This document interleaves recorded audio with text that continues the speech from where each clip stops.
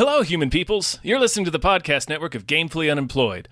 To support us and gain access to great exclusive podcasts like Fox Mulder is a Maniac, Tom and Jeff Watch Batman, Star Trek The Next Futurama, and our latest show, Spiel Boys, head over to patreon.com/gamefullyunemployed. We do game streaming, movie nights with our patrons every Friday night, and you can even commission your own podcast about anything you want. Literally anything, within reason, and we have to do it.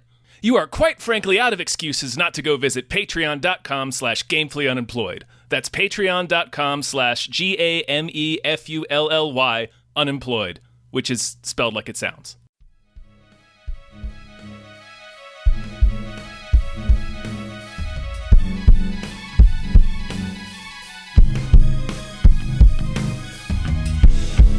Hypecast mit Tom Reimann und David Bell.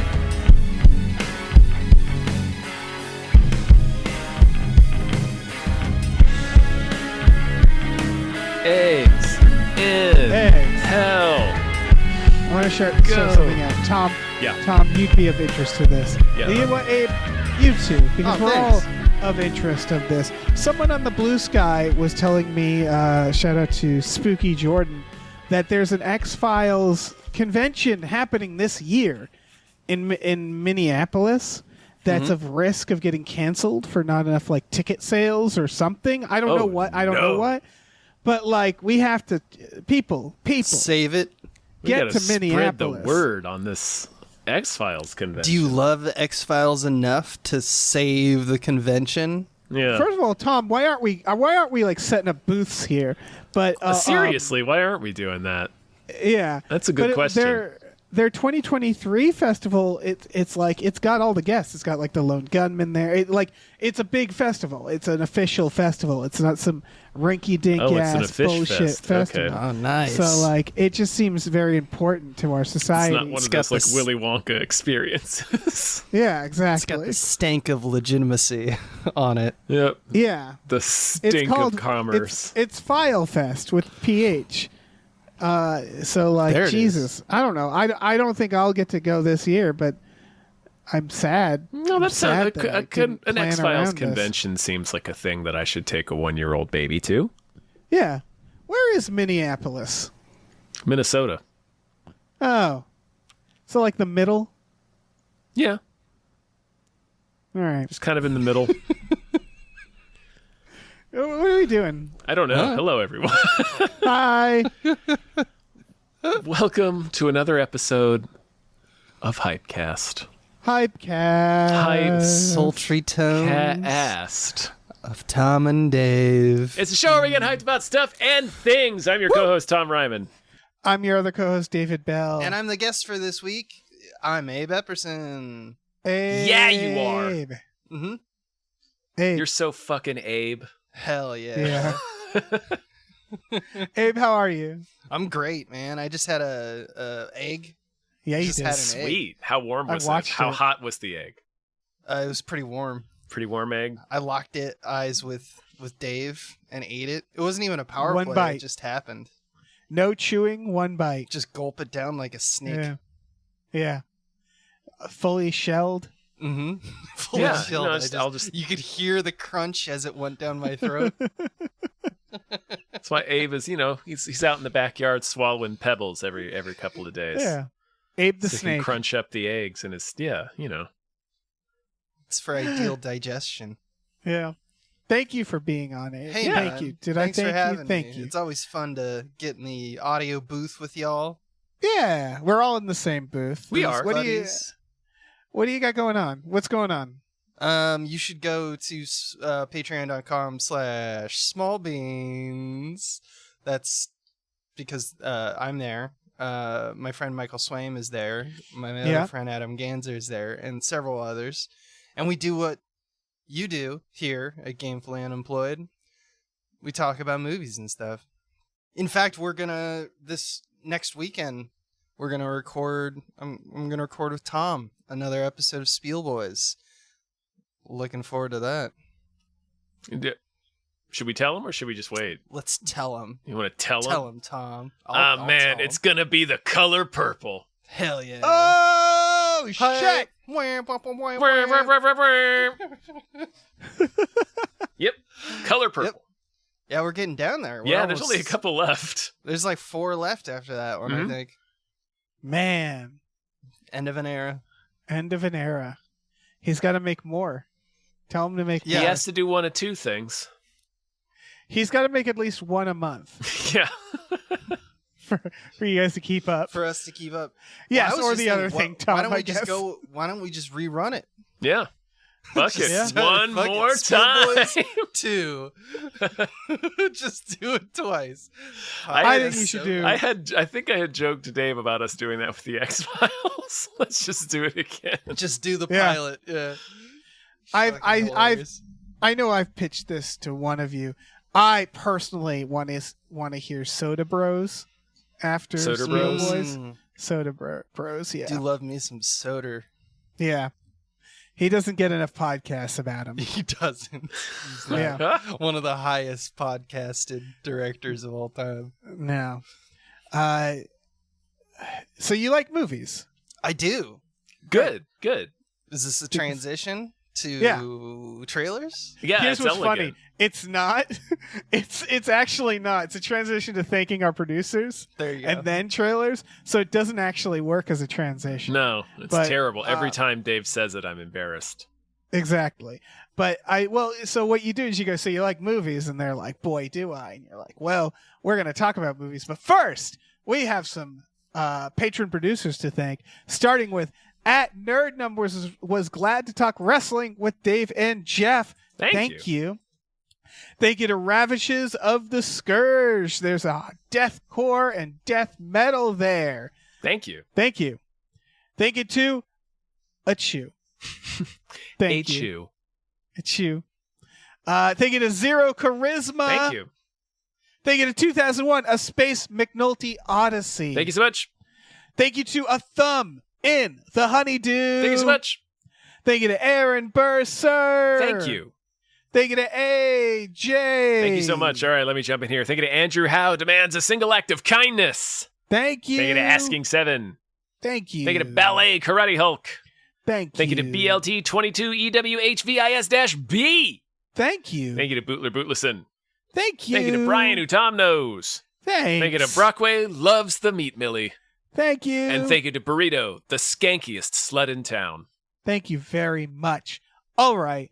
If no you need like to movies- search further. You may stop at this town. Yeah. Do I? Yeah. I love movies, and you know what I love even more than just movies? New movies. Yeah. Oh, And the man. little- What we got? New The movies little are the movies best. that we make about movies to get people hyped about the movie. Right. That's a thing we do. We have a very new movie coming out in July. It's called Superman. Yeah. Superman. Superman. Superman? Superman. Yeah. New Superman. No, it's just a guy who eats a lot of soup. Oh, yeah. Yeah. We had on here, I actually had a Spiderman trailer. There's a Spiderman? It's the The noir, one. one. It Oh. was a But- teaser. It got pulled. It was a Oh. leak. So Oh, it it was came a out. leak. Yeah, it got pulled, and it's also there wasn't enough to really talk about anyway. So that came and went. Oh, that's but wild. Because I actually saw it, but I think I saw it on like a TikTok. Like, so it's out there. It's it's out there. Why even take it back at this point? I don't know. Maybe they wanted to Superman. include more? Who knows? This is Superman from James Gunn. Yeah. It's the big thing, and like I like other Supermans. Don't get me wrong, but like the big thing, I was like, oh, he has like a personality in this one. That's the big change. He's not like just like some serious guy. Again, he's always had a little bit of a humor, but this one it's like, right, but he tends to he's also like be like a messianic figure usually. So Right. yeah. Yeah, the it's last just funny. 2 decades have basically been because we've been Christopher Nolan. We got Christopher Nolan so hard. Yeah, In like the mid 2000s, that all of the Supermans, all of it was like this kind of dire, the kind of like, we need heroes, so we need to take this seriously, and the sacrifices they make. This is more like, it'll probably be about that, because I don't know if you can even make a superhero movie in today's day without doing that. But it seems like a more brighter, optimistic story, kind of like, I don't know, Superman. Right. It's just neat to, like, the big James Gunn idea does feel like, yeah, what if he was like a human? What if he acted like a human who's been on this earth for 20 whatever years? You know, like, it's like, yeah, why would he act like a fucking god? He doesn't feel like one, right? That's sort of the idea. Yeah. And I like there's still a controversy around him. Yeah. But I like the interview style where he's like, people were going to die. It just came down to that. Yeah. And him like sort of being like, I don't represent America. I represent myself. I'm just I really like that debate that they're Well, and it's sort of out. like, I mean, it's a thing that's always relevant, but feels particularly relevant right now, where it's just, no, let's cut the bullshit. Let's cut the euphemisms. Let's cut the talking around. Let's cut the politeness. People were going to fucking die. That's why I did it. Yeah, it's I wasn't exactly. thinking about whose optics. country I represented. I wasn't thinking about politics. Yeah, exactly. So it's like, can we cut through all the bullshit and just be a human speaking to a human right now? Yeah, I think the thing about Superman that I was curious about with James Gunn is Superman feels so earnest as a story. And like that's why people got kind of bummed out with the Zack Snyder version, where it was like it's so unoptimistic and gloomy and trying to be like something it's not, et cetera, et cetera. And we don't have to re-examine it. But like James Gunn, when I heard he was doing Superman, and I've loved a lot of what he's done. I think everything he's done. But Mostly, he's like crass, like sarcastic man. Right. He's not unearnest. He can be earnest, but it felt like, wow, Superman is like very earnest for James Gunn. Right. But Superman is, they keep showing in each trailer that they rolled out, like they rolled out that tiny teaser at first, and they rolled out another long form one that was like an entire scene of him injured and being carried back into the fortress and fixed up by his little robots. And then there's this trailer, which is showing more of like what the conflict is going to be between him and Earth and him and Luthor and everything. There's everything that that's been a constant in all three of those things is how weird Superman is. Like Superman is a very, very weird comic. There's all this strange alien shit and robot shit, and it's bizarre. So that's the more, my favorite part. Yeah, so it does seem like the more you think about it, it's like it's actually kind of a perfect fit, because as you know, it's Superman is just like as classic of just like a Boy Scout as he is. Like he's mired in weirdness. So he seems like a good fit for it. What's the dog's name? Crypto. Yeah. Like the coin. Like the coin. Bitcoin, you know. His As name's a Doge. non-comic book enjoyer, the dog threw me really hard. Like I know it's because, like you're saying, I think it's Superman is like an artifact of like, you know, the 50s and 60s Silver Age shit, yeah. You know, where it's like buy war bonds and, you know, save your tin cans to stick it to Hitler. Yeah, Simba dog, Simba boy. Yeah, so like it's just weird that like a strong dog from Krypton like fucks me up. Like a man who can flies and is allergic to rocks, that makes total sense. But a dog with a cape, you've gone too far, man. Like our dogs. Yeah. Well, you start getting into more of like the Star Trek parallel worlds thing, where it's like, okay, so I think that's maybe what's pushing back, because that was always the thing that sort of made me scratch my head a little bit until I was like, fuck it, who cares? It's Crypto, the super dog. Yeah. But it's like, wait, so like we know I'm accepting that like Kryptonians and human beings are like for all intents and purposes identical, but you also have fucking dogs. On your world like, too, that look exactly like our dogs. They behave exactly like our dogs. Like there is a history here that we're not even dipping into, where there was a genocide and they threw some of us onto Earth or something. Definitely, like that. Definitely. One thing someone jizzed on Earth, or vice versa.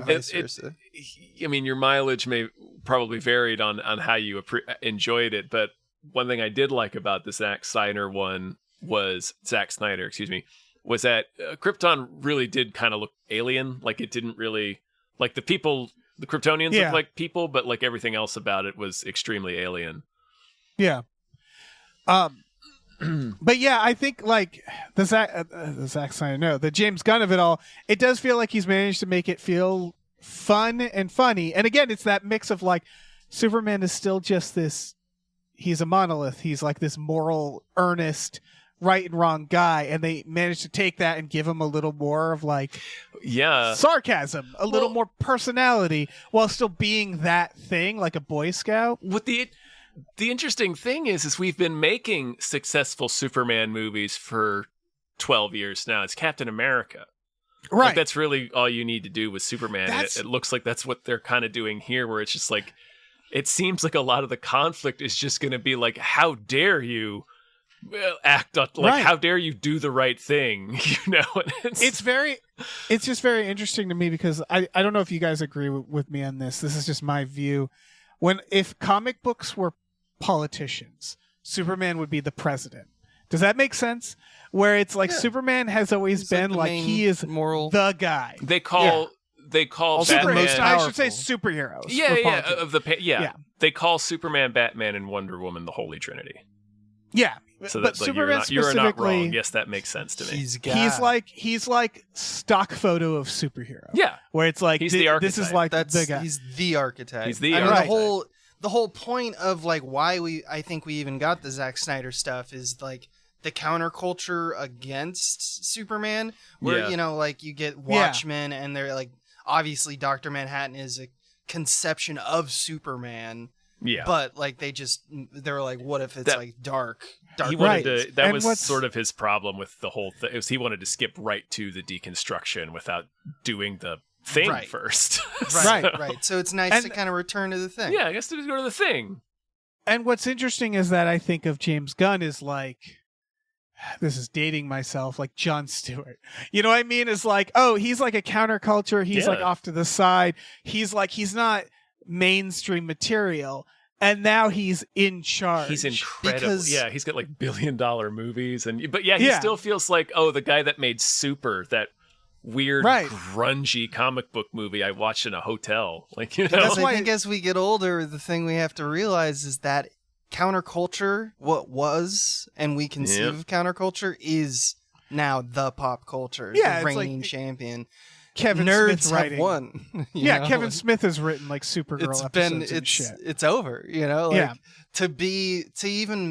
it's funny because you get things like let's return to more traditionalism and stuff like that, stuff that is like toxic to our basic environment. That's the counterculture films right now. It's being made by whatever, like the Daily Mail's fucking studio. Well, I do think what's interesting though is that, as you were saying about Captain America, Superman has been like devalued as the main guy lately in movies.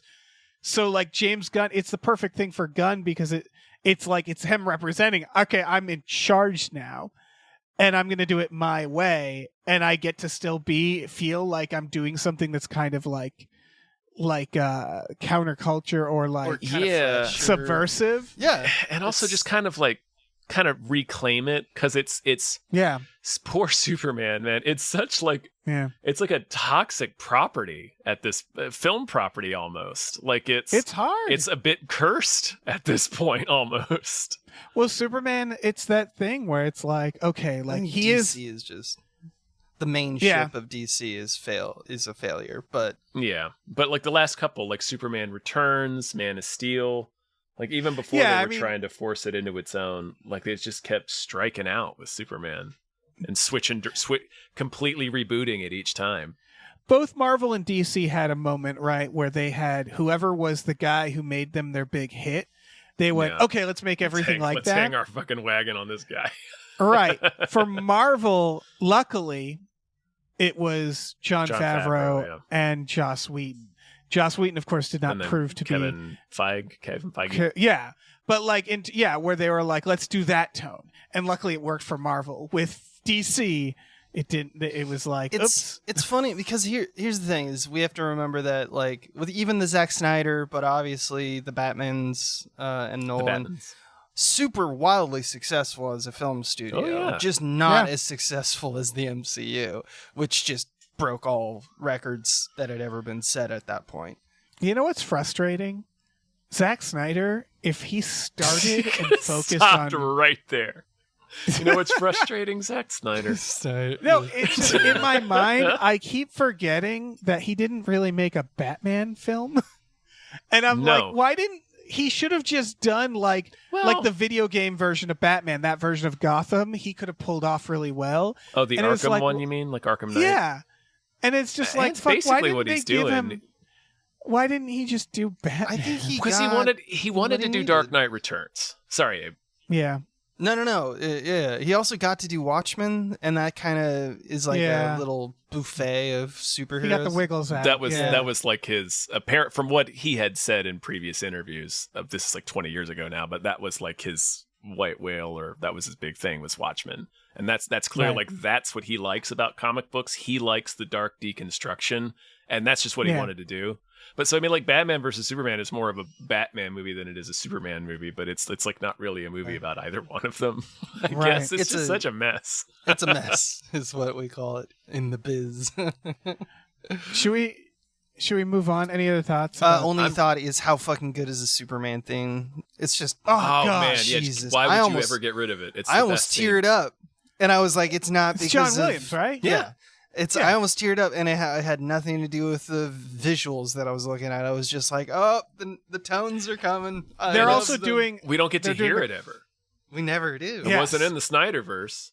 They're also doing like the Christopher Reeve look. Like that style, which, again, it's like, it's weird because it's like, yeah, it can be another look, but also they kind of nailed it, and I don't like anything that isn't it. You know, like even the Brandon Routh one did that. They did all that, you know, like most Superman it's what looks and sounds a specific way. It's and that's very funny. What you had said at the beginning, he's the archetype. So like, there's just a certain way we expect Superman to look and behave. Which is sort based of like off Captain the America. movies, though. Yeah. It's and like Jurassic Park, right? The boy they got to play him seems pretty good. Oh yeah, that David Cornsweet. Good boy. He was in that unofficial Wire sequel. What is it called? We Own the City. Is he British? We Own the City. Oh, weird. No, he is not. Right. He gets stabbed with a pitchfork in Pearl. Spoilers for Pearl. Oh yeah, he does. He sure does. We should talk about Nobody. Apparently, too. it was kryptonite. Nobody 2. Nobody 2. This is fucking directed by Timo Tiento. It's funny. Oh, is that how you pronounce his name? Man, I don't know. Massacring it, if so. I don't know. I'm sort of guessing, but I'm like, okay, the J is... The Night Comes for like Us, a couple of VHS segments, like the Resident Evil 1, and he co-directed the Cult 1 and VHS 2. And yeah, the Cult in VHS 2. That's what really all you need to know. Gosh, he has a bunch of really awesome Headshot, a bunch of really awesome action movies on Netflix. Because when I really heard violent. Nobody was... The first one was directed... The director of Hardcore Henry. Yeah. And I knew he hadn't done this one, and I was like, well, fuck that. And now I see who directed it. I'm like, oh, okay. Oh, okay. It's all going to be fine. It's going to be fine, everyone. Evil Colin Hanks sold me. Oh, yeah. Because Evil Colin Hanks versus Bob Odenkirk. What a funny thing old, to happen. Grizzled, old violence teddy bear Bob Odenkirk. Yeah. It's like, I know this is an old observation at this point. It's just so funny every time I see it, where I feel like dad films have just become one genre at this point. Where it's just like, he's just an average Joe. Or is he? You know, it's like always, it's like the bank teller, the beekeeper, nobody. They're all the same fucking setup and punchline. Nobody at least is committing to the idea of like everyday guy. Mm-hmm. You know, like that's the whole thing, right? Is it the movies always start with Arnold Schwarzenegger playing like a lawyer. And you're like, no. Yeah, and so this one at least they're like, let's start with a guy who actually just looks like some guy. Like a guy, Saul Goodman. Yeah. The bumbling deputy in Fargo. At one point, I thought the plot of this was just going to be that he's mad at theme park employees, because that's how it starts. As he goes to the theme park, his kid gets like bullied, and he fights just the people operating the rides. Fantastic. And I was like, that's so funny, because those guys can't fight, and so it would just be Bob Odenkirk just like, what if the sequel had less brutalizing than the first theme park? one? Yeah, exactly. Just take this guy and just unleash him on some teens. Yeah, it's just a slasher movie where he's just mowing past these. I just want a vacation. It did feel a little tedious that way to me, to be honest. Like, I like the idea of Evil Colin Hanks, but it was like they have to like push this so far. Like in the beginning, like the guy at the arcade or whatever, like smacks his little girl in the back of the head. I was like, what fucking maniac would do that? Right. If you work at a theme park, you're frankly not getting paid enough to strike a child. No, and it's just too much trouble. Like, it wouldn't take Bob Odenkirk to leave and then be like, no, wait, and then come back inside. Like, everyone around that guy would be like, hey. Yeah. You know? Like, it's like, nobody, like it's man, you'd have to be like, it's like a corrupt town, apparently. That's the idea. Yeah, I guess so. It just, yeah, I don't know. It made more sense to me in the first one when he goes out looking for a fight almost, because he's so like, he's like stir crazy. They should have done, you know what they should have done is like, she loses at the carnival game that's clearly like cheating. Darkman, and that's it. And that's the only thing. And then he comes back and like is like, give her the stuffed rabbit. Give her the pink elephant. The shit. Yeah. Yeah, exactly. Just Darkman. Just Darkman. I also I love the last bit in the trailer where he's completely unhinged and he's like punching a man to death and he's just like, I just wanted a vacation. And I'm like, do psychiatrists watch movies and just go like, holy shit, I have job security for like ever? You know, like it's such a ridiculous, like it feels like that is just, this is what you want, America? You want to beat the shit out of like a service employee while demanding screaming, a vacation? I want to be on vacation. Yeah, exactly. Like, this is healthy. Very dad. None of this is very healthy, and we I know it's all wage slaves, but it feels like really grim to me. A little bit. I like that Christopher Lloyd's in this. He is. I like that he is basically just his violent Doc Brown. It seems like he just shows up to just give him a hand. That's it. And fuck.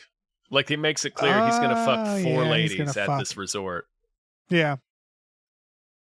They like smell his dick. Like, he walks through the door and they all sit up like in a row. Right.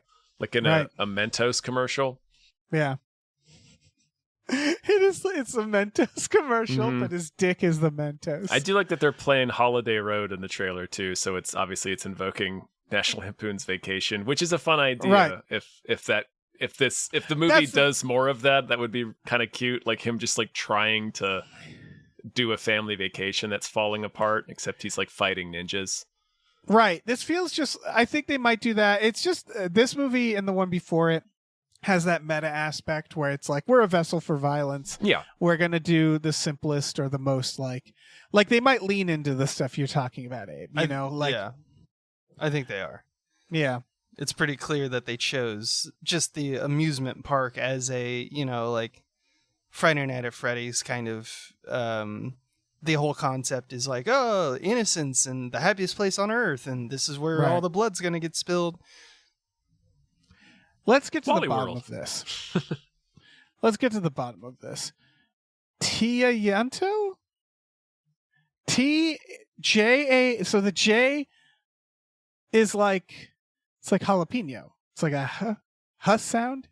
Let's figure this out off mic. I wanted to get to the bottom of this officially because I feel like it's one of those names that people are like. His name as for, well, that's, yeah. To me, it's more like he's at this point where I'm like, I want to learn how to say his fucking name because he's not going to go away. He's going to keep doing great things. It's one of those situations where like you look up pronunciation. That's why I figured I'd do it on mic because it's just like, fuck, man, this guy deserves people to know his name. Good point. Yeah, fair point. Yeah. And I'm so bad with names that I'm like, fuck, we'll figure this out. We'll figure this out. I guess we don't have to figure it out on mic because nobody wants to hear us silently Googling. I don't think you find out by working it out as a collaboration. Yeah, this is not getting us any closer. You try to find a YouTube video where he pronounces his own name and memorize it. That's how it works. Yeah. Oh yeah, an interview. Yes, and watch an interview. Okay, I'm sure. Let's talk about the next trailer. Yeah. The Conjuring Last Rites, they're still making these. They're like sure Omen films. are, my God. It's been It's 80 like the- years. Yeah, I have a soft spot because I grew up watching all the Omen sequels, and watching them as an adult, I'm like, these aren't very good, are they? You know, where it's like, as a kid, I was like, ooh, these are spooky and fun. And then you're like, nah, it's really just the first one. And then once you get to like Omen 4, it's kind of kind of slop.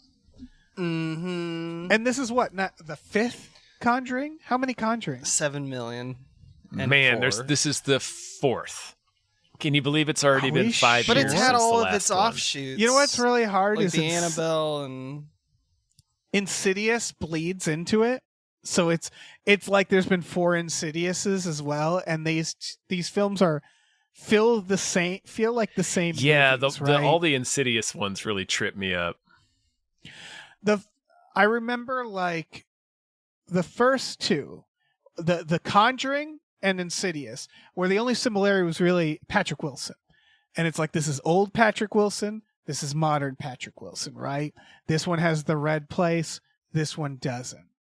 And the Conjuring I liked better because I like. This is sorry. This is Patrick Wilson in a sweater. This is Patrick Wilson in a t-shirt. yeah, Yeah. exactly. Well, how shaggy is his hair? Yeah. Does he have 70s hair or not? Does he and look then, like of does he course- look like Fuck Sex down? Professor or Weekend Dad? Yeah.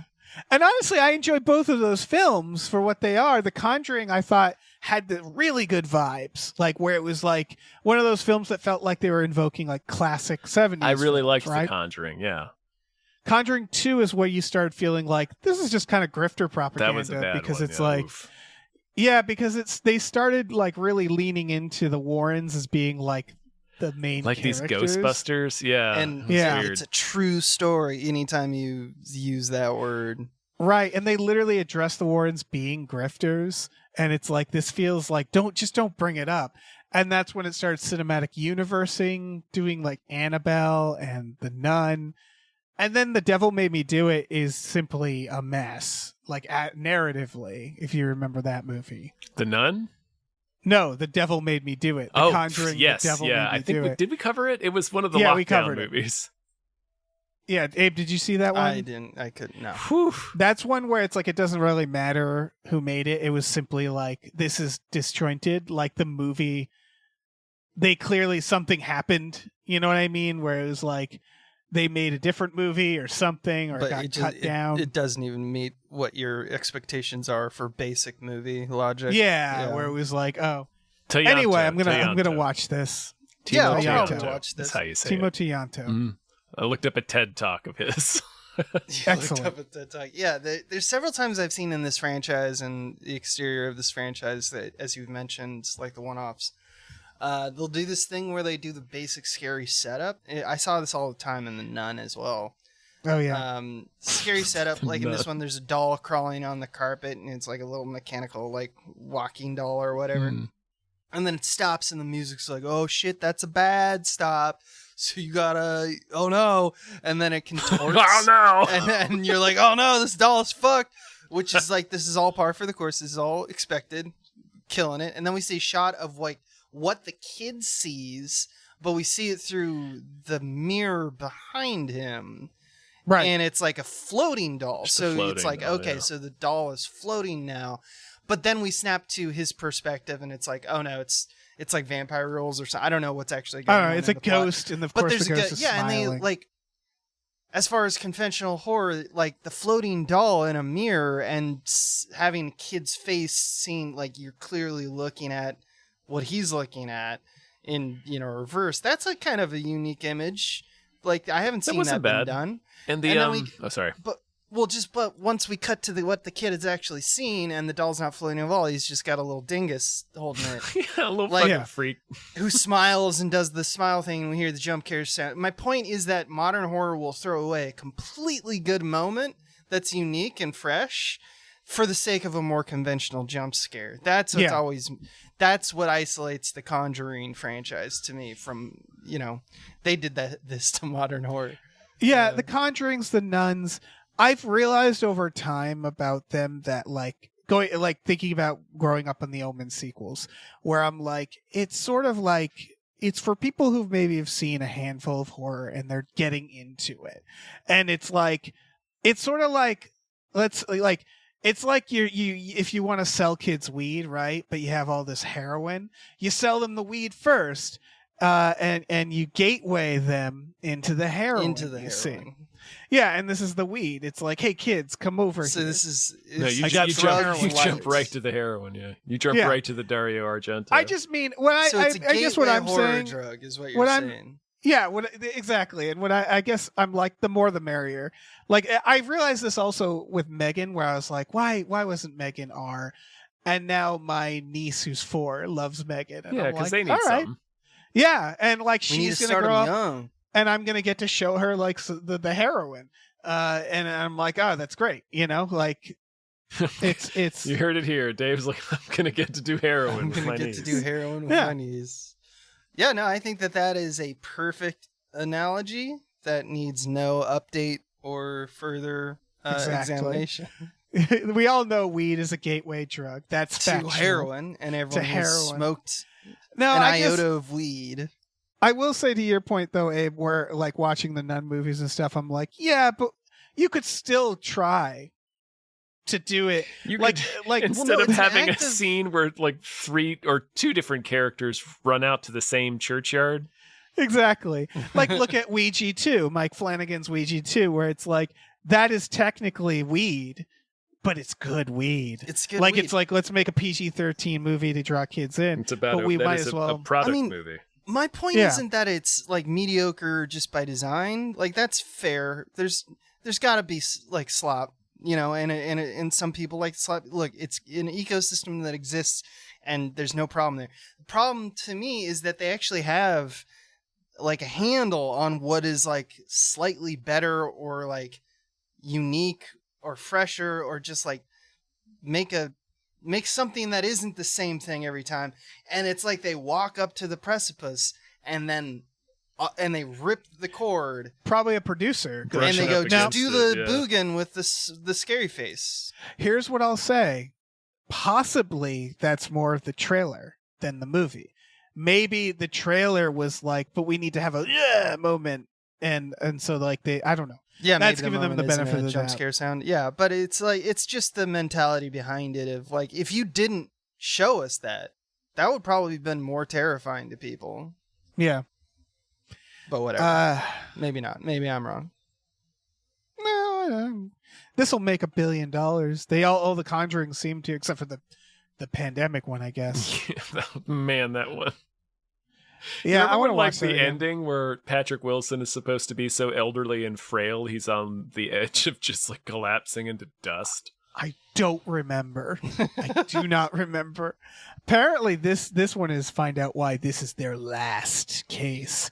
Yeah, because one of them dies, I think. I don't know, they keep threatening to kill. Florida. Yeah, they keep threatening to kill. The Conjuring 2, they do that, where they're like, he's going to die. And it's like, nope, no, he doesn't. Again, it's weird that it's about them. Like, that's kind of how they fucked this up, in my opinion. Is like, well, they wanted to make it into a franchise. Yeah, and they didn't want to have one monster. Yeah. And that's how you do franchises in horror.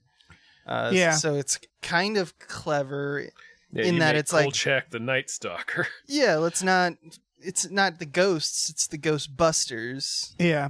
Well, I love Patrick Wilson. I've said this before. I will die for Patrick Wilson. But I guess what I'm saying is that it would have been cooler if they did a thing where it was different haunts from the family's perspective, and at like the halfway point they would call them in. Like, they would show up, but they weren't. But it wasn't like following them. Yeah. Yeah. I just think that would be neat. Probably. That probably would be better. Yeah. Yeah. But at this point, who gives a shit? It's the last one. Is it though? Is it? Let's talk about Is this the one where Corey guard. Feldman's going to hack them into pieces? Oh yeah. Hell yeah. Corey Feldman runs in, he's like, chops them up. Bald Corey Feldman. Corey Feldman, like piebald. You, Corey Patrick. You. He's like, that's my real name. Not Ed Warren. You, Patrick Wilson. Patrick Wilson. All right. The Old Guard 2. The Old Guard 2. This movie got a sequel? It sure Do did. you guys also, remember 5 anything? years old. 5 years. Anything that happened. That was another Perfect. pandemic movie. It was a 2020. Do you remember anything about the Old Guard one? I remember Henry kind of. Melling was the bad guy, right? Or Harry I Melling? don't remember any of The head of a- details, but I remember being surprised when they're immortal. Yeah. Apparently, Group I of forgot people that.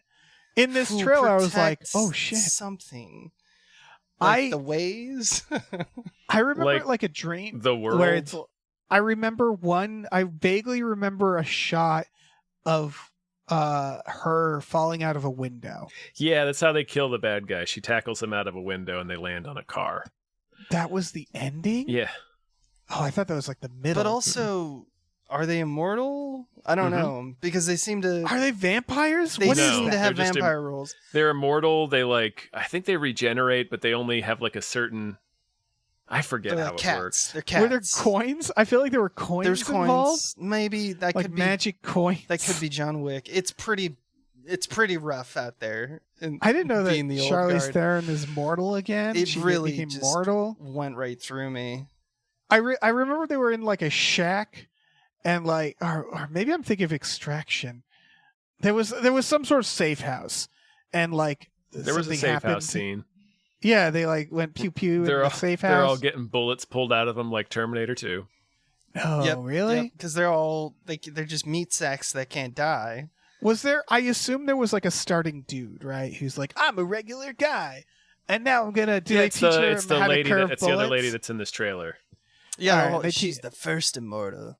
And the she like strongest one. it's like, you don't know who your mom is. Let's figure out what the plot is here. Let's and it's like, I came here because you're special, and we're gonna train you in our ways that you didn't know about. Like, is it a Harry Potter special boy curving bullets? It's Is it, unclear if they're like. I there think was no, a she mental dies. Like relationship. she's a soldier that dies in battle. So it is sort of like Highlander rules. I think. Yeah. Right? She dies, and that's how like that's like when your X-Men powers get activated in this. It gets universe. activated. Yeah. Okay. Because she's for centuries she's always Yeah, they're been a all warrior. like warriors. And they become jumpers. They jump, No. right? They No. they don't they protect they're like contractors. Like every century there's always like a Some a great cop. evil or some damn thing. Yeah, or We've some made goddamn thing. A lot of these movies. Yeah. A lot of them are made by Skydance too. Wow. Skydance popping out these immortal movies. It's also I wish there Like, was wasn't the Mark interesting- Wahlberg one also Skydance? Sorry, Infinite. Infinite. Yeah. Yeah. Fuck. You know what?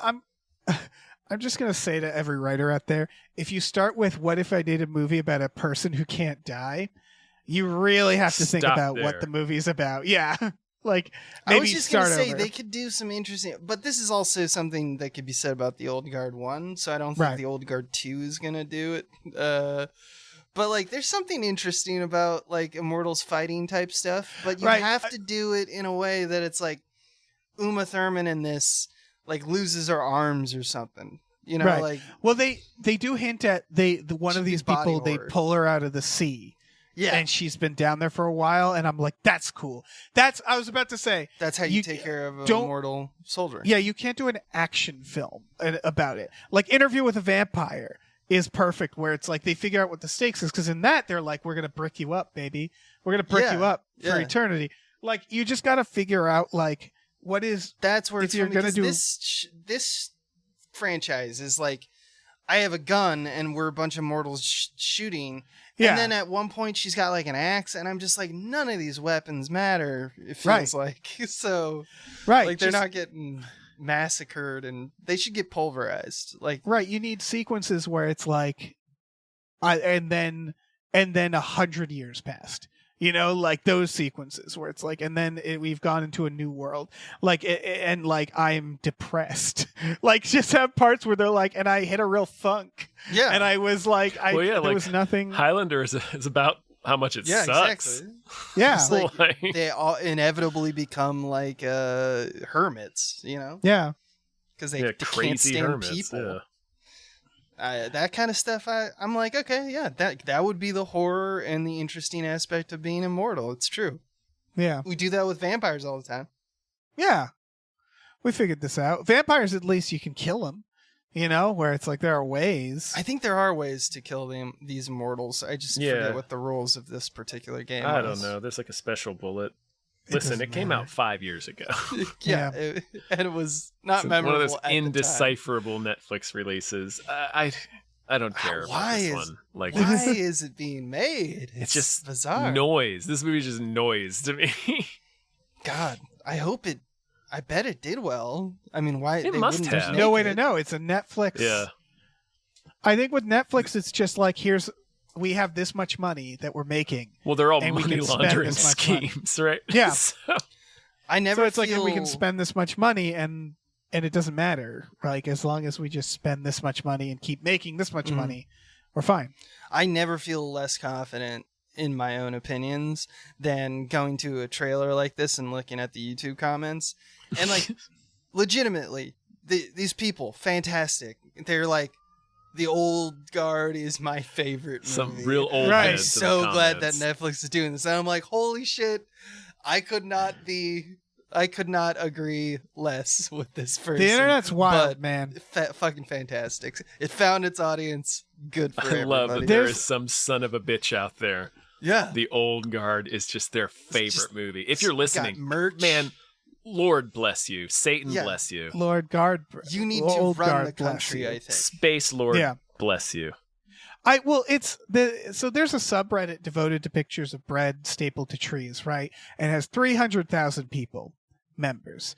And so if you made a movie, for like $10,000 that attracted those people, and you charged them all $1, you get my point. The internet is filled with a bunch of weird niche freaks. Yeah. And if you make a movie for a certain amount of money and it gets those freaks, then it's like, yeah, we got it. So the Old Guard is for some group of people where they're like, listen, we figured this out. It's Freaknip. Yeah, these are the new nerds. These are the new Star Wars nerds. Whatever people go into Old Guard Fest 25, Guard Fest. Those are the actual. Those we have to respect them as nerds. Yeah, whoever we have these to be people like, are. your freak flag is Good for beautiful. you. Yeah. Yeah. This strikes me as more like Battlestar Galactica Yes, fest in yeah. the 80s. Yeah, exactly. It's like, Maybe who not, are we? Maybe not at the to level of judge Star them? Wars, but I see what you're saying. Yeah. But also fuck them. Yeah, this looks, I don't know, this looks Old dumb Guard. as hell. They're the underdog. It's dumb as hell. I'm rooting for Old Guard too. Fuck it. Like, Let's I get. am so tired of gray noise movies. And you know exactly what I mean. Yeah, I do. I mean, Netflix particularly is like, Yeah. they seem to be fucking up. Where it's like, listen, by the time Stranger Things, the new season comes out, I'm not going to remember anything about that series. Like you guys, I've it's already like forgotten everything. Yeah, everything they ever have that's precious, Netflix seems to just hurl it into the abyss. They're very bad at this. Anyway, you know what? You know who seems to be killing it is Apple with Echo Valley. Is this a series? I'm into this. I hope it's just a movie. I mean, it's stacked cast. Yeah, it's got Sydney Sweeney and Julianne Moore. Julianne Moore. Donald Gleason as a Donald trash Gleason, bag. yeah. Yes. I'm way As the into guy's that. like, I know what you did last summer. I got stringy hair. Your daughter killed her boyfriend and you hid his body in the lake, and I know it. He You're looks gonna have to like kill his Donald character from Dread. Kind of, if yeah. you Less remember. Like, sympathetic. He's a junkie. Like Yeah. he's like trapped in Dread. He's like active blackmailer in this. Yeah. In this, he's even more of a piece of shit. But it's just like, just real seedy motherfucker. I love it. I love Yeah, Julianne Moore playing like just an unhinged mom. Yeah, I love it. It is a movie. It's a short movie, and it's an hour 20. I feel like this. Dope. Let's there's more to go. say. Let's and go. it's just a nice it's a thriller for us olds. Yeah. For us old people. Girl comes home like, I accidentally killed my boyfriend. Julianne Moore's like, I gotcha. Yeah. Did anybody see you? Dump No. him in a lake. Okay. We're good.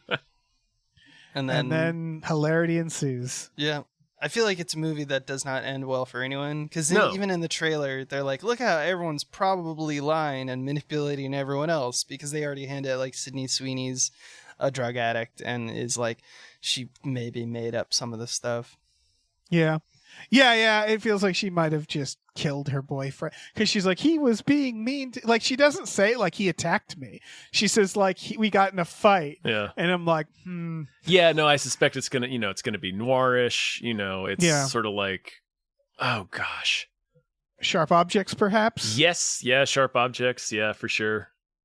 And that there's an old one where that dude takes his wife out on a canoe and drowns her, and I forget what the fuck it's called. Anyway, the point is, or like a simple plan where it's like you're covering up this crime, and you just everything you're doing to cover up the crime keeps escalating. Yeah. Blood Simple. Also, Blood Simple. Blood Simple. Also, Kyle MacLachlan's there. Kyle MacLachlan as hell. He's in Yeah. this fucking Seems trailer. like he's like, I'm just a powerful man. Maybe the mayor. God, I hope he's the mayor. He's got it. I hope it takes place in In Twin Portlandia. Peaks. I guess we Twin know. Peaks. I guess we know it doesn't take place in Twin Peaks because it's called Echo Valley, which is where it takes place. But maybe Echo Valley is like a suburb. Peaks, yeah. Yeah. Yeah, you're right. It's the two. It's the you valley got in the between two the Twin peaks, Peaks yeah. and the Echo Valley. Yeah. All right, we got it. Yeah, we got there. Should we talk about this next one? Yes. Honey, don't. New Is this an Ethan Cohen Yeah. and Trisha Cook. Yep. So And it.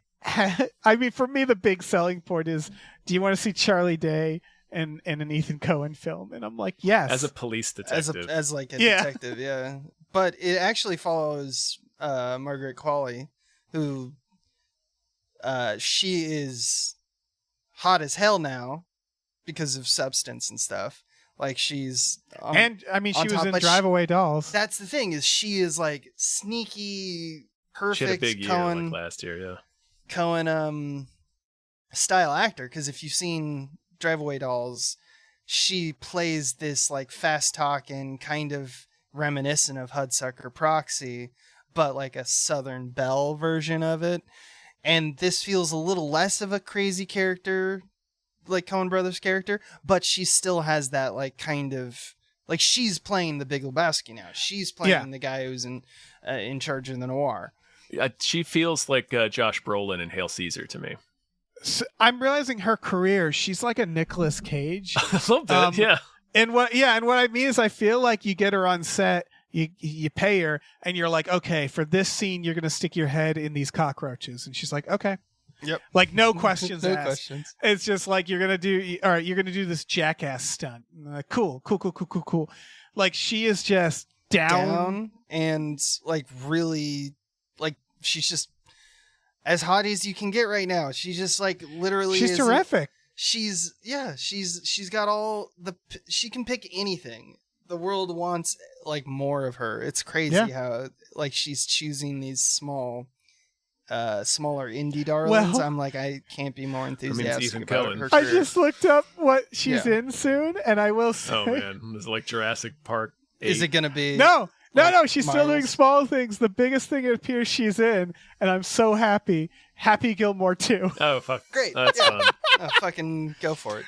She is fucking on fire. You're She's right, a- where it's like she could be in a Marvel film, and She she's can do like, anything. Yeah. no. She probably will. She'll flirt with that and get the bag. But I just love that that's the start of her career as opposed to like the end of her career. Yeah, or the she's middle of her like- career. She's like, I'm gonna go experiment with whatever fucking thing I can find. It feels like she is going to start checking off the boxes. What I mean is I see she's in a Ridley Scott. And those, like, this is the direction I do like, where they're like, okay, Scorsese? Is Scorsese getting any, like those people who are like, I want to do Spike Lee. I want to do Scorsese. I want to do all the hits, like the director hits. Yeah, exactly. but- Smart. Got smart. to squeak Ridley in there, man. Yeah. You gotta before he becomes 9 million years old. He's in his This- 90s, so man. Yeah. He's up there. This also has a couple exciting Coen brothers. Well, not brothers, but Ethan Brother. Coen brother. Aubrey Plaza, which I'm like, yeah. Has she been in one? She feels like she's built for one. And weirdly, Chris Evans, I'm like, I think He he's looks got it great in him. This, yeah. Chris Evans, he started as a jackass, right? That was like his natural state is Knives Out, Like where it's like too much charisma, Mhm. off-putting. yeah, Like I could see him as like he could have been in Raising Arizona. Yeah. Like I could see him, and now that he's in one, I can see him in a Coen Brothers movie. Yeah. Yeah, he definitely has that tone. I think I honestly am very excited about this movie. Yeah, it looks good. It always, like, just like Drive Away Dolls, feels different than a Coen Brothers joint. I think most of it is that they can't get as much money as they could in like the 90s and 2000s. Yeah, but they don't need that much money. But they don't need that much money anymore. But I think that's also kind of the point, as, Ethan Coen is like, I don't want to make Coen Brother films. I want to make my films. And his films are, they're a little bit more bombastic, I think, than Coen Brothers ever were. Yeah, I know a lot of people didn't, but I really like Drive Away Dolls. I still haven't seen it. I really liked Matt Damon in that. Yeah. The Pedro Pascal. Dude, and of course, Margot Qualley is on fire. She's on fire, that whole film. And it's also got like an Inherent Vice vibe going for it, this movie. Like it's... oh, yeah. Like it's just this meandering kind of like, you get the vibe that it's film noir, but like, just like the Coen Brothers have done several times, serendipity gets them to the next thing, which gets them to the next thing. And you're not really sure of why you're watching this particular scene right now, but it's all fine. It's that's not the point. So I like that aspect. Yeah. The big thing for me, the thing I always get very excited for, and the older I get, the more opportunities I get for this, is like, I remember when The Departed came out, and it's weird to say this now. I was like, oh, that young Matt Damon, that young Leonardo DiCaprio are in a Scorsese film. That's so neat. Like this new generation of actors getting to do the old generation of directors. Eyes Wide Shut is the same, where it's like, oh, it's Tom Cruise and Nicole Kidman. Yeah. When these hot young stars are like, I'm going to do these. And so like getting to see this new generation get to do, Coen Brothers stuff. Hail Caesar had that same feeling where with Tater and Scarlett where Johansson. I'm just like, fuck, yes, this is great. Like I love that. Just that weird little dynamic that happens as directors get older and they just work with new generation. Fucking Megalopolis. Love it. I don't know. Yeah, where it's like Adam some Driver. Coppola fever dream with Adam Driver, and I'm like, hell yeah. Hell yeah. And honestly, Plaza showed in that film that like, I'm surprised it took us this long for her to find her way into a Coen Brothers.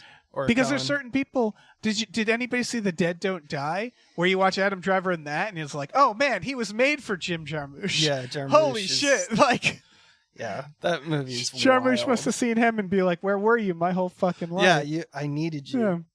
Just like when Scorsese. Yeah. Scorsese found. Yeah, we recently there's some jokes about that because they were talking about how like the most Scorsesean actor of all time was Leonardo DiCaprio, and so lucky that because he's like a little rat man. But like the new one that they were talking about, fuck, what is it? God, it just left my brain. There's a new. Who knows? God damn it! All right, we'll move on. There's a new one. They're doing a new one. There's another filmmaker. Oh, I know what it is. It's the new Wes Anderson. Oh like yeah, someone realized. Michael Cera. Michael it's Cera like Caveman finding fire. That was the comparison. I laughed at that. Yeah, because it's exactly like sometimes there's just an actor that maybe it's 10 years past the prime of the director or whatever, but they are the perfect actor for that director. Like, where were you? Where were you? Where man? were you? You would have been. I needed you. Yeah. Jason Schwartzman would have been out of a job. Yeah, he would have been gone. I would have bunted him. You should talk about the main event. The movie that this is my Michael Cera to Wes Anderson. This was the one where I was like, where have you been all my life? Dangerous Animals. What a perfect film. Oh my god. Jai Courtney playing a serial killer feeding young women to sharks on his boat. He lives on a scumbag boat. Australian shark murderer. Yeah, it's so good. And I was like, as soon as I saw this trailer, I was like, oh, it's about a serial killer who lives on a boat. That dude's going to get fed to the sharks. Yeah, like, the whole thing is feeding people to sharks. It's like, boy, I hope I don't get fed to sharks. Yeah, it's like we know. I hope it would be they don't what turn an this ironic around. twist of fate that would be for And me. I fall in that there water. It would be amazing if they found a way for it to be like an alligator instead. Yeah, like just something where you're like, huh. A large bird, an albatross. Yeah. Just... I did not see that coming. Pelican in the eye. Yeah. No, fantastic. It seems like a very straightforward movie. It's going to be just revenge. It's going to be great. This looks... Here's the thing. There's also a teaser you guys should watch. This looks like it's going to be hard. Like, it's going to be hard to watch. Like, I think it's going to be very brutal. Yeah, I can imagine. Yeah. There's been a couple of, I don't know if this is an Australian film, but there have been a couple of like Australian horror and thriller movies that have come out recently that have been really intense. Like, what was it called? Beaten to Death, I think was one of them. Was that one of them, Dave? We covered it on the Hypecast. I don't know. I mean, anyway, there's been even some real gnarly ones. Oh, yeah, even Wolf like Creek. 15 years ago, there was the Proposition, which is a Guy Pearce Australian Western. Oh, yeah. That was fucking brutal. Like, some insane, like, gore where you wouldn't expect it. And also just, like, there's flies everywhere, and it just felt really viscerally, like, off. Yeah. In a cool way. Felt really grungy. And it's I think the director, that. I think that's an Australian thing now. It's the writer-director of The Devil's Candy, which I haven't seen. But I remember hearing good things about it. Or wait, it's just the director of that. The writer, it looks like this is he's doing one other thing, and they're both. Oh shit! So the writer wrote this and one of the next Osgood Perkins films. Oh, sweet.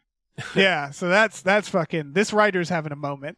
This writer's gonna have a really fun couple years. It looks like, but this movie is like.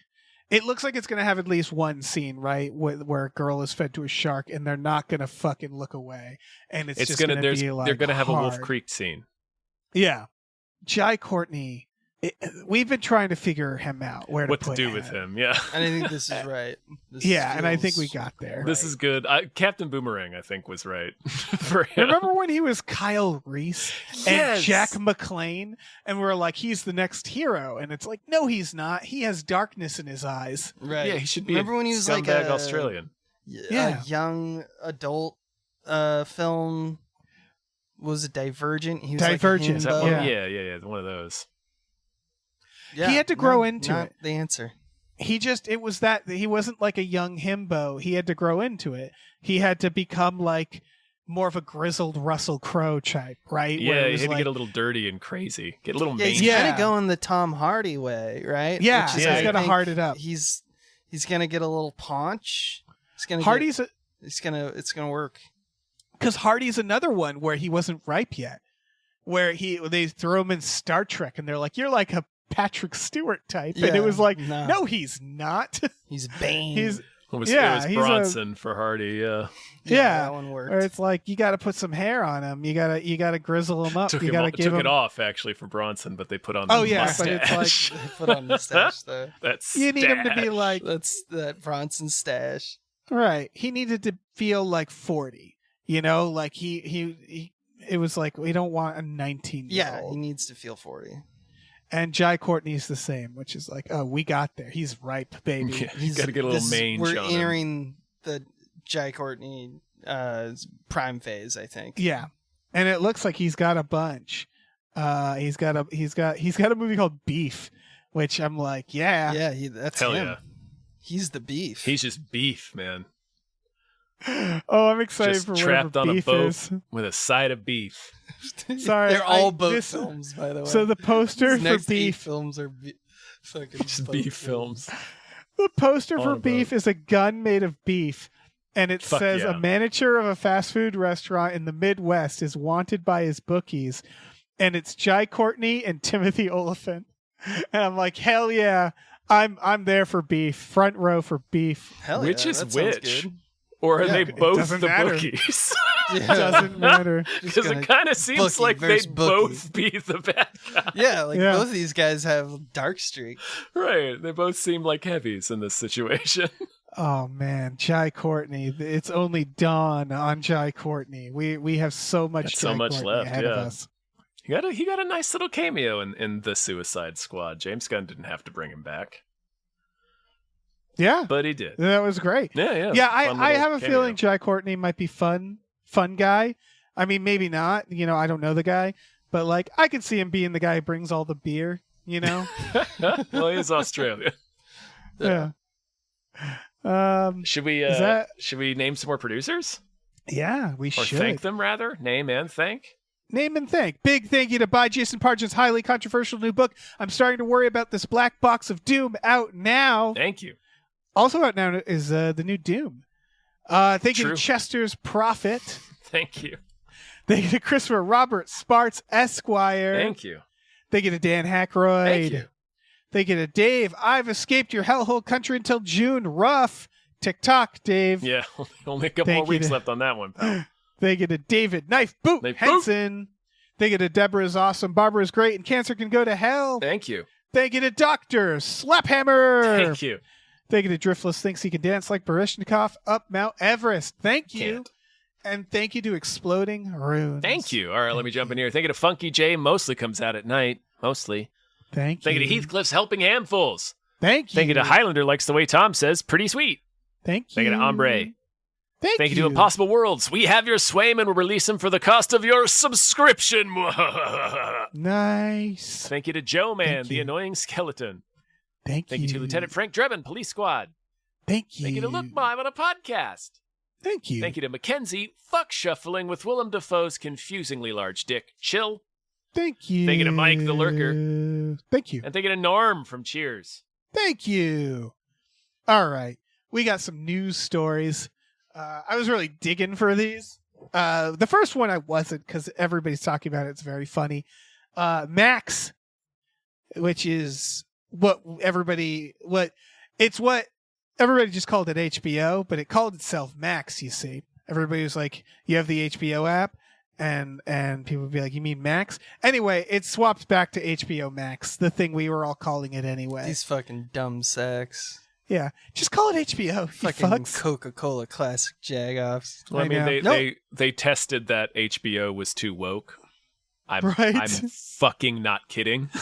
Like, Jesus Yeah, Christ. It's too. But It's Max- got its finger on the pulse of, it felt too Themes. it was like too It talks about hoity-toity. stuff. Yeah, But that, apparently. yeah, but you add Max to the Max. that's why they Suddenly paid it's- Zaslav $250 million was to delete HBO from HBO Max, delete Yeah. half the catalog, sell the other half of the catalog, and then get that stuff back and change the name back to HBO.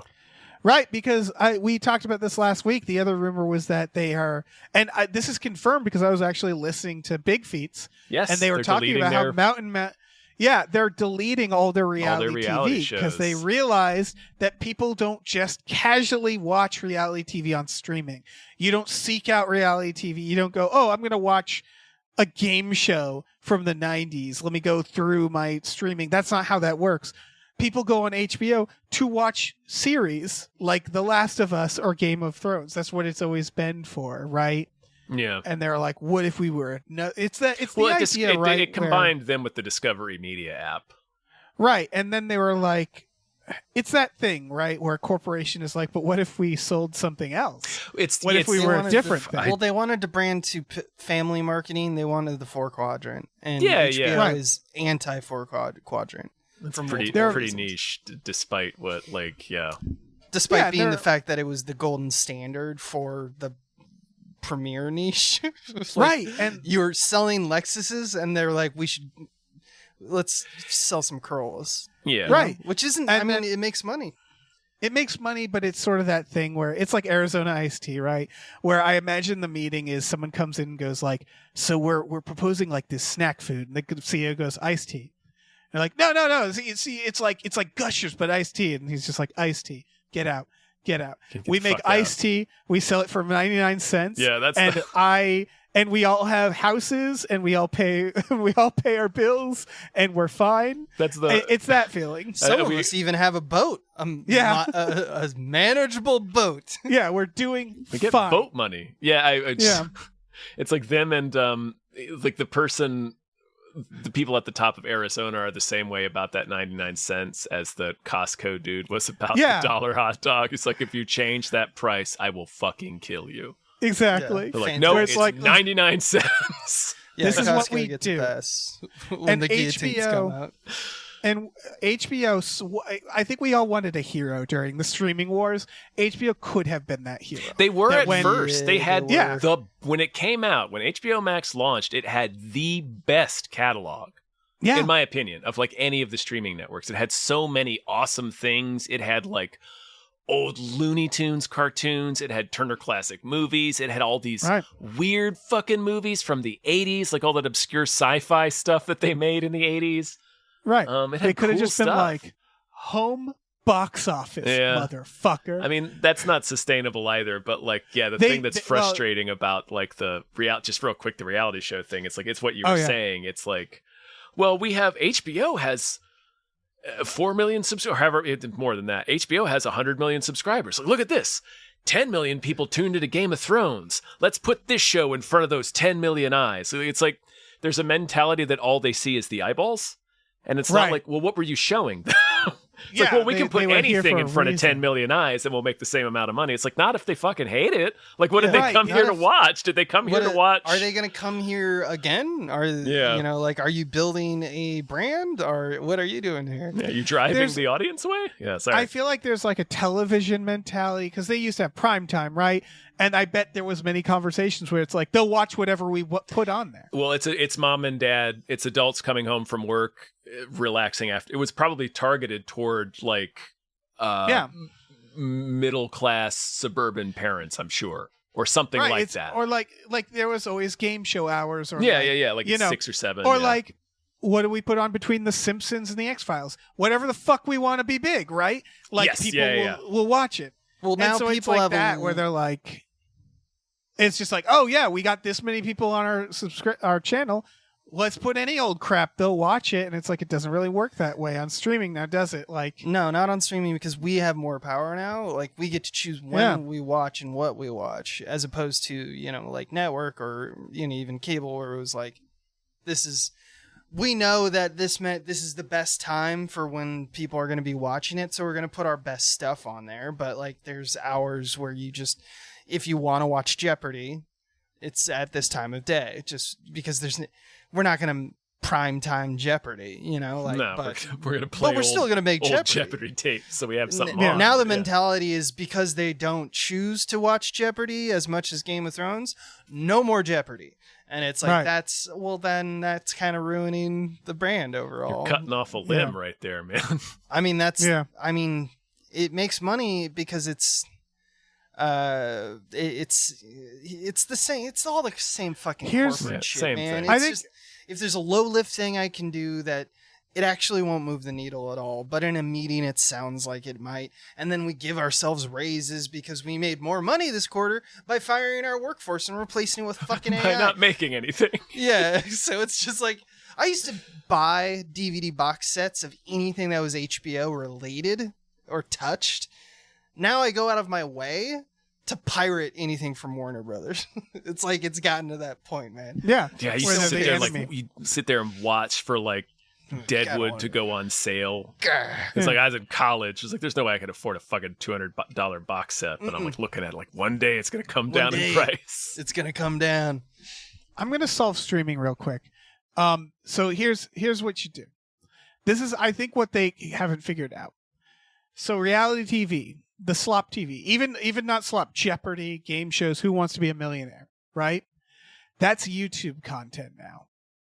The Daily Show, YouTube comment. Anything that's, this is a topical thing or a background thing or this is live, this is reality.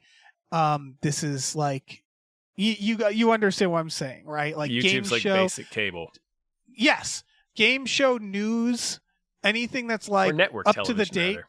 Yeah, that's it's YouTube now. It's that's where people find it. So like, build a network, build something based on that. If you're HBO or whatever, have like your version where it's just like, listen, it's got ads on it. It's even free. It's just out there.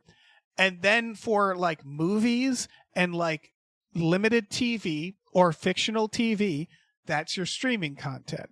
It's that. That's all it is, right? Is like, we have two types of TV. We have the kind that we put on to have something on that we're just like, I'm eating lunch, I'm going to throw something on. And we have, let's all gather for this event. And those two things are very different, and they just have to figure out which is which. It's daytime TV versus primetime, I guess. That's all.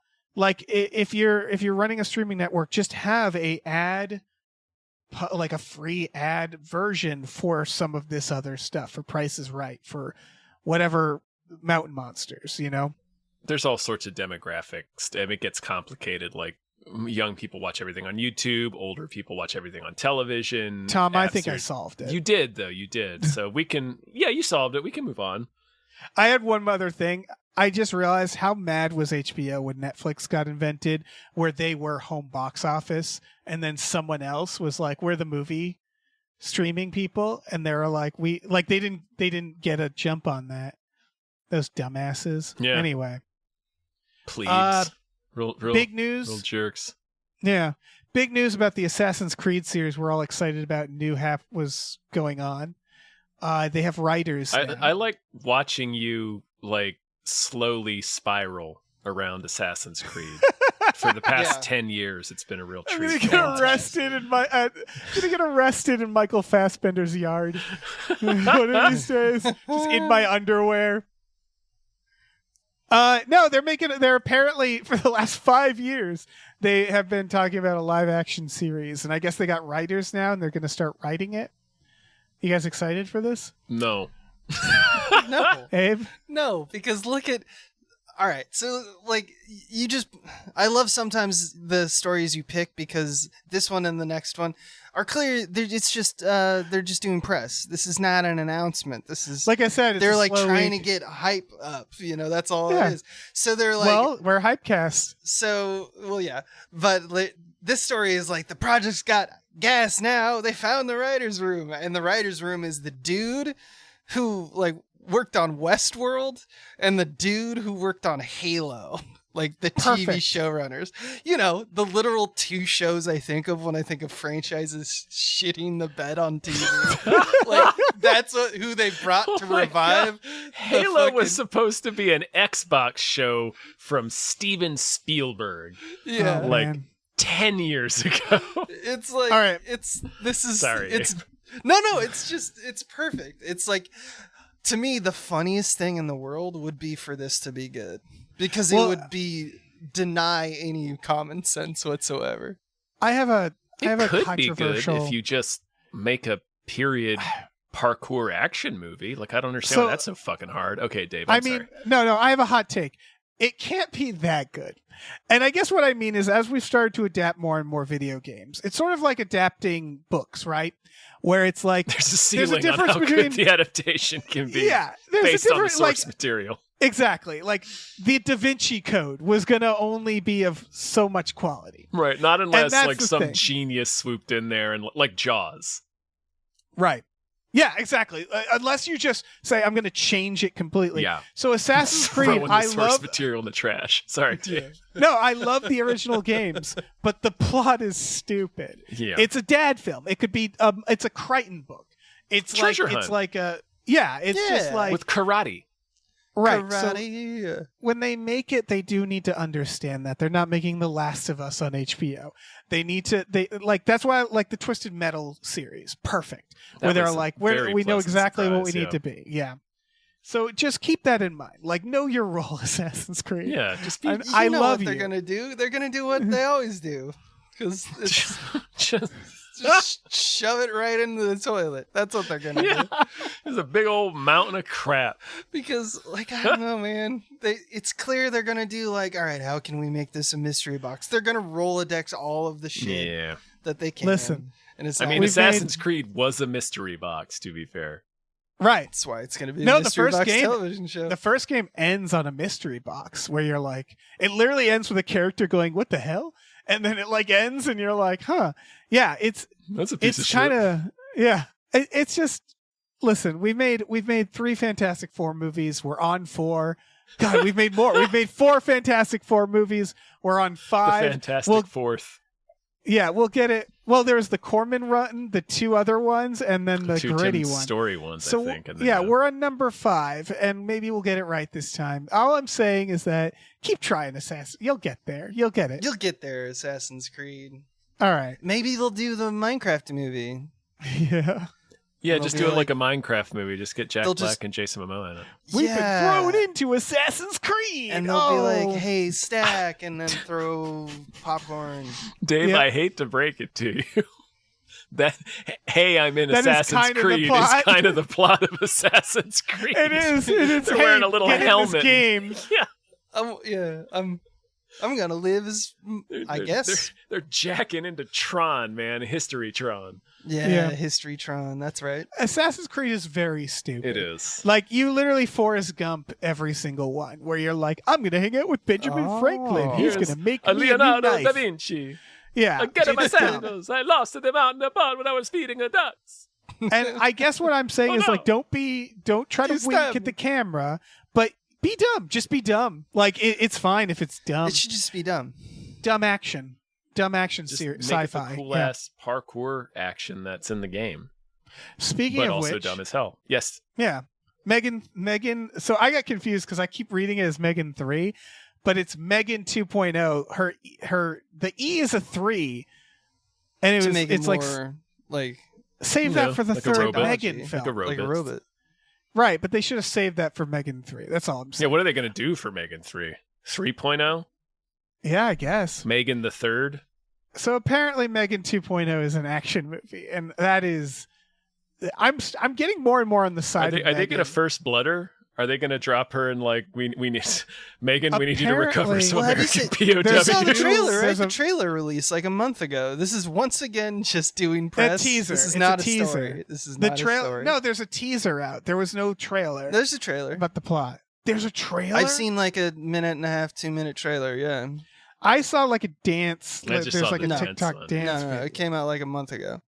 And yeah, it's basically they like put her in a little. They put Megan in a little. They're like, God, all there right, is a we have to trailer." shut you down. You can't do murders like you were, but we're gonna keep you alive. You're just now in a little robot. And then Oh fuck! and then she's in a little someone who dildo used robot. like the black market like stole her plans and made another Megan, who I forget her name is, but she's the nemesis one, and she's off the rails. She's gone off the reservation and she's just killing people. And they're like, the only one who can stop this is we're gonna have to download Yes! Megan back Only- into her body and let them fight. I Only did a not ninja know there was a Terminator. trailer. Only a It's ninja can Judgment destroy Day. another ninja. Exactly. But it's Judgment Day, right? And they've Yeah. even they talk about that in this article where they're like, Shit. we needed something stronger than the Terminator for Terminator 2. So like I think this is So you know what happened, folks? This is on us. But we took like a week off, and then I think we also did a time cast, and we just missed this one, folks. I did not know the Megan 2.0 trailer oh yeah. was um, fully out. But yeah, This it is totally great looks news. like it looks like they're doing what they should do with this franchise, which is just constantly be saying fuck it. Yeah, I assume the first meeting was they sat around and they went, "This doesn't matter, right?" And they're like, "No, it doesn't matter." And they're like, "All right, let's Gremlins 2 this. Yeah. Like, let's yeah, it should be go." whatever. Like the character's a meme. Yeah, The tagline Let's is just this keep memeing bitch it. versus that bitch, and the song on the trailer is "Oops, I Did It Again." this is perfect. This is honestly, it's like Megan. It's not a horror movie. It never. No, the it never first one was. wasn't Never really going a to be, horror yeah. It movie. was a joke. Yeah, it's like we're making a kind of a horror. It's horror action. It's horror. It's almost comedy, its new. really. Yeah, it's almost a new genre though, where it's like it's horror adjacent, but it's like gory. It's just gory action. It's that just has, like, it's utilizing the little uncanny nightmarish. valley Yeah. in a weird way where you're like, this is off-putting. I don't like to look at Megan that often, like Right. but then at the same time, yeah, the first one was like a horror movie where she's like, oh, it's like Ex Machina or something like that, where she's just gonna start killing people. This one is like literally, it's an action film. Yeah, that's great. They're doing Chucky. They always knew they were going to do Chucky. Yeah, but they they're are a doing Chucky. it. They know what's We will up. get Megan in space. And honestly, it is kind of like, okay, it's weird to do the Chucky treatment without ever really doing the earnest one. You know what I mean? Like, it feels like there was never an earnest Megan film. It was always like, we're doing Friday the 13th Part 6 as our Part 1. Because we're postmodern babies now. But, yeah, part of me is like, that's fine. Like, yeah. We don't need it. We didn't need the first. Like, I would argue that Chucky never really needed it because Stephen King existed. We had already had things like Christine, you know, like and the Mangler, you know, like we didn't need to be like, Chucky. That is a scary doll. Hear me out. After all. So this is Universal. Listen, if the next one doesn't do well, do Megan versus Jurassic World. Dude, yeah. Who cares? Velociraptors up in here? Yeah. Hell yeah. Hopefully they're still going to do Fast and Furious versus Jurassic World. Yeah. Who gives a shit? Yeah, fuck it. Let's Capcom not this guy. versus Marvel. Yeah. Well, we got some more producers to thank. Sweet. Let's do it. All right. Big thank you to Norm from Cheers Undying Love for Ridley Scott's Kingdom of Heaven. Thank you. Thank you to Oh Shit, it's Candyman. Thank you. Thank you to Numino Ultramicroscopic Silico Volcano Coniosis and to Disestablishment Tarianism Jones. Thank you. Thank you. Thank you to Psychic Bigfoot. Thank you. Thank you to Pumpkin Spiced Ed Nog. Thank you so much. Thank you to Rev MD. Thank you. Thank you to Ricky Cilantro. Thank you so much. Thank you to Robert. Thank you. Thank you to Rosemary's Baby from Eraserhead. Thank you so much. Thank you to Ryan, the Silly Money Goose. Thank you. Thank you to Screaming Horse Pyramid. Don't do that to horses. Thank you to Sorry Cop, world's most laughable centrist. Thank you. Thank you. All right, let me jump in here. Thank you to Steven. Thank you. Thank you to the conveniently placed self-destruct button on the top of every baby's head. Thank you. Thank you to the Midnight Patron. What patrons at midnight? Thank you. Thank you to the Oatmeal Savage. Thank you. Thank you to the To Be Terror Bunny. Thinks you could use more Rutger Hauer in your media diet. Thank you. It's true. Has the latest one of ours come out? Because that was madness. That was Mr. Stitch. Folks. Mr. Stitch. I don't think it's not out yet. It's starring out this Will weekend. Wheaton. This weekend, Mr. Stitch. Man, Will get Wheaton. ready for that. All right, thank you to these 7 Bs. Thank you. Thank you to Tiger George Pratt Thompson. Raindrops keep falling on my head. Thank you. Thank you to Tip Drizzle. Thank you. Thank you to Tux. Tux. Thank you to Vincent.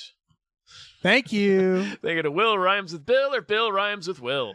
Thank you. And thank you to your mom. Thanks. That's right. Yours. Yours. Dave. Woo! Yeah. What's up? First of all, thank you to your mom. Thank you. And second of all, do you have a movie that deserves more hype today? Oh, shit, I sure do. Which I suppose we can also indirectly thank your mom for. Yes. Oh, yeah. Yeah. Long enough I want to down talk that about daisy chain of events. So this movie's called Mr. Stitch. It stars Will Wheaton. Seriously, Abe, at least look it up. It's Roger Avery made it. Okay. Is that who it is? Yes. The Rules of Attraction guy, writer of Pulp Fiction. The movie is out of its mind. Yeah. But Yeah, okay. and Will Wheaton. It stars Will Wheaton in 1995. It's a real cloud atlas. Jesus. Baby Yeah. Wheaton. No, that's not the film I want to talk about. I want to talk about this film called Tornado, which could be anything. Based on that name. It's coming out. Even be a tornado. Yeah, it's coming out May Twisted. 30th. It sounds like a sci-fi original, like it's just about a tornado. But this is a Scottish revenge samurai film with Tim Roth. So, you know, it's the director of Slow West, a movie with, Which is I pretty think good. Fassbender?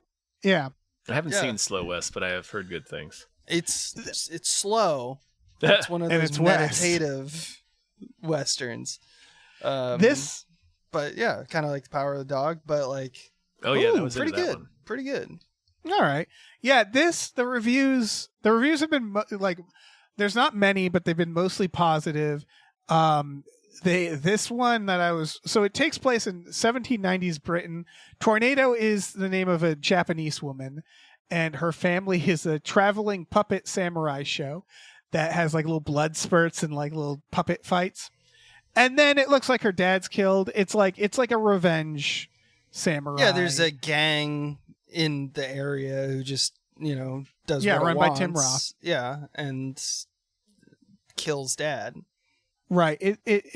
It's like right on the Scottish border, which is why it's more of a Scottish samurai film, I guess. And so, yeah, apparently, according to reviews, the first 25 minutes is...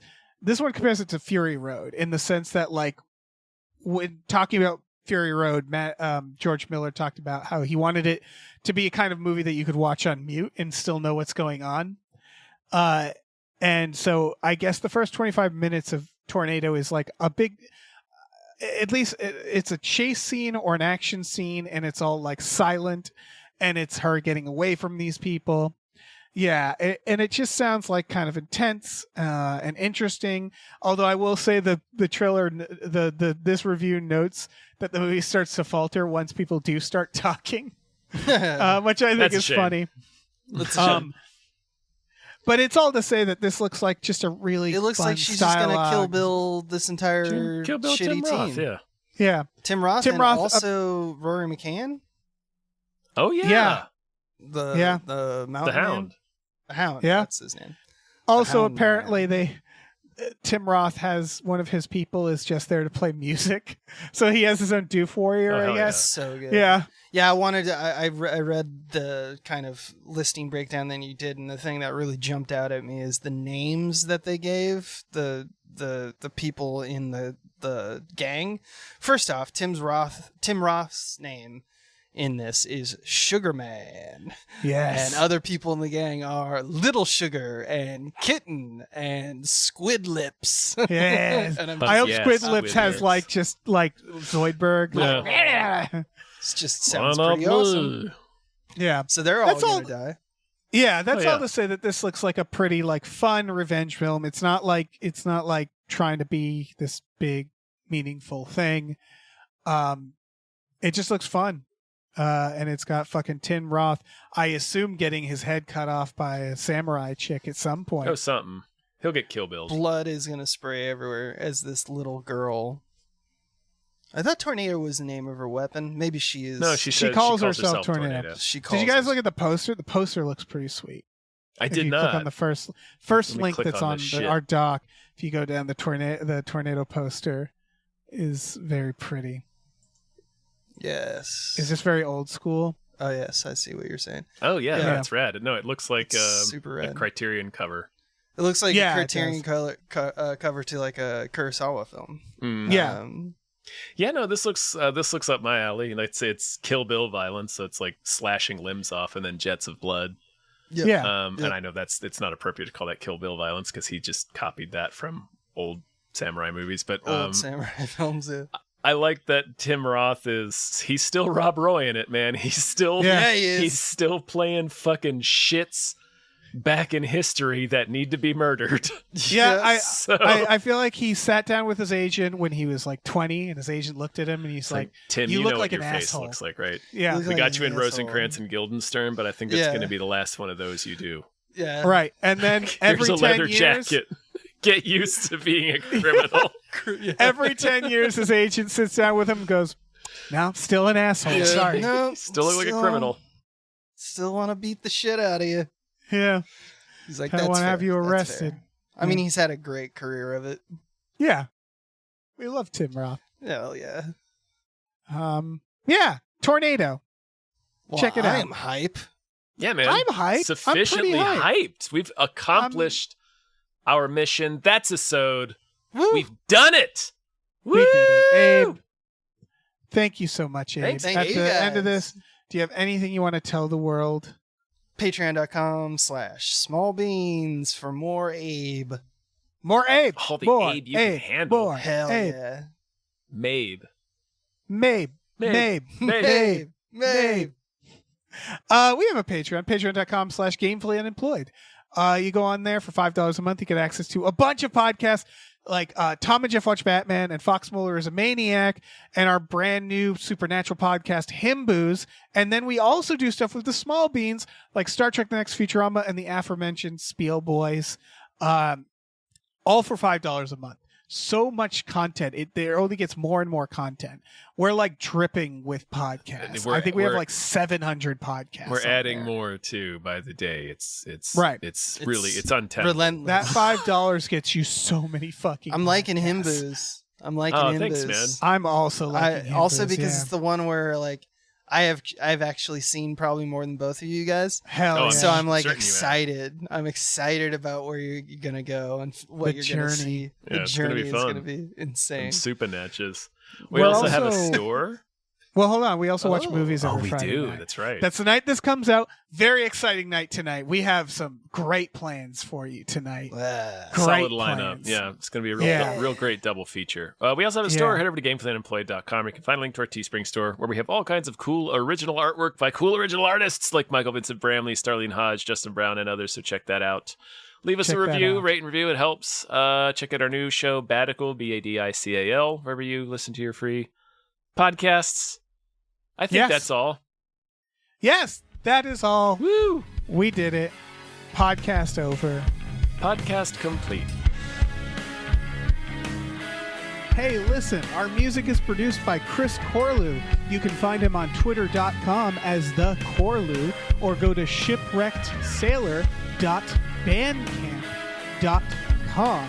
Our channel artwork is produced by Michael Vincent Bramley. For more of his work, go to mvbramley.art. Our episode artwork is by Justin Brown, available on Twitter as Justin T. Brown or at artnessbyjustinbrown.com.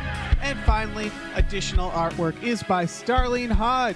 You can find her work at starlenearts.com or on Twitter as StarleneX. Cool. Goodbye.